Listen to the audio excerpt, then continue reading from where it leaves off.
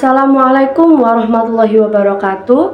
Perkenalkan, nama saya Selma Zahira Ardania dengan NIM 222 10430055 dari kelas C angkatan 2022. Video ini dibuat untuk memenuhi tugas mata kuliah Sosiologi Gender yang diampu oleh Ibu Winin Maulidia Safana, MSI. Di sini saya akan membahas salah satu jurnal yang berjudul Bias Gender dalam Pendidikan, Studi Kasus Pembelajaran Sosiologi dan Potensinya sebagai Sumber Belajar Sosiologi di Man 1 Buleleng. Nah, ini ada 4 poin pembahasan, yaitu yang pertama, bentuk-bentuk bias gender dalam pembelajaran sosiologi, faktor penyebab bias gender dalam pembelajaran sosiologi, persepsi guru sosiologi dan peserta didik mengenai bias gender dalam pembelajaran sosiologi. Yang keempat, strategi yang dilakukan untuk dimanfaatkannya isu bias gender sebagai sumber belajar sosiologi. Sebelum ke pembahasan, apa sih bias gender itu? Bias gender adalah kondisi yang memihak dan merugikan salah satu gender, seringkali menimbulkan diskriminasi. Sebagai contoh bias gender dalam pendidikan adalah guru seringkali memperlakukan siswa laki-laki dan perempuan secara berbeda, baik dalam pengajaran maupun dalam penilaian. Kemudian kita masuk ke pembahasan pertama, yaitu bentuk-bentuk bias gender yang terdapat dalam pembelajaran sosiologi. Bentuk bias gender ada dari pengembangan RPP.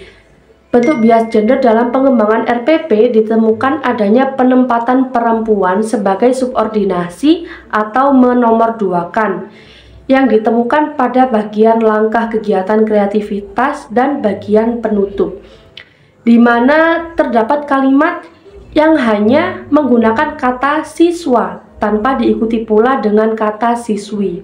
Kemudian pada proses belajar mengajar, bentuk bias gender yang terlihat adalah penempatan perempuan sebagai subordinasi terlihat jelas ketika guru menyampaikan materi lebih memfokuskan pada memberikan perhatian utama ke murid laki-laki dan menomorduakan murid perempuan. Nah, kemudian pembahasan yang kedua yaitu faktor penyebab bias gender dalam pembelajaran sosiologi.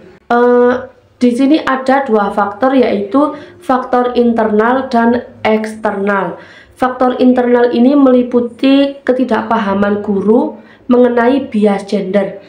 Ketidakpahaman tersebut dilatar belakangi karena guru merupakan lulusan pendidikan geografi yang dimana saat menempuh pendidikan di bangku kuliah tidak mendapatkan pemahaman mengenai gender. Tidak adanya sosialisasi dari kepala sekolah dan pemerintah di sekolah, dan kurangnya guru membaca buku dan artikel terkait persoalan gender, khususnya mengenai bias gender. Kemudian faktor eksternal. Jika merujuk pada faktor penyebab bias gender, menurut Jali Gustiana 2014, dapat diklasifikasikan dalam beberapa dimensi, antaranya dimensi partisipasi, akses, dan proses pembelajaran. Nah, partisipasi yang dimaksud adalah ikut serta dalam proses belajar mengajar, seperti ikut serta dalam diskusi, bertanya, dan menjawab pertanyaan guru. Kemudian akses. Akses yang dimaksud adalah peluang atau kesempatan dalam memperoleh atau menggunakan sumber daya tertentu. Kemudian proses pembelajaran, pengelolaan kelas. Bias gender yang ditemukan dalam pembelajaran sosiologi, yakni ketika guru menyampaikan materi, selalu berada pada posisi ke murid laki-laki dan lebih memberikan perhatian kepada murid laki-laki dibandingkan ke murid perempuan. Pembahasan yang ketiga yaitu persepsi guru dan peserta didik mengenai bias gender dalam pembelajaran sosiologi. Di sini mungkin persepsi guru itu tidak paham mengenai bias gender. Hal ini dikarenakan guru tidak pernah mendengar dan mendapatkan pemahaman mengenai istilah bias gender. Kemudian persepsi peserta didik. Di sini tidak paham mengenai bias gender. Hal ini dikarenakan peserta didik tidak pernah mendengarkan dan tidak pernah mempelajari mengenai apa itu bias gender.